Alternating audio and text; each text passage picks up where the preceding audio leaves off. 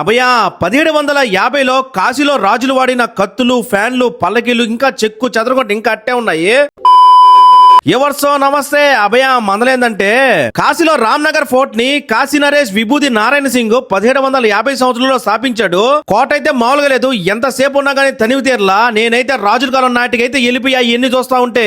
Entrance అయితే పెద్ద పెద్ద తలుపుల్ని చూసుకుంటా కోట లోపలికైతే ఎంటర్ అయిపోయాము.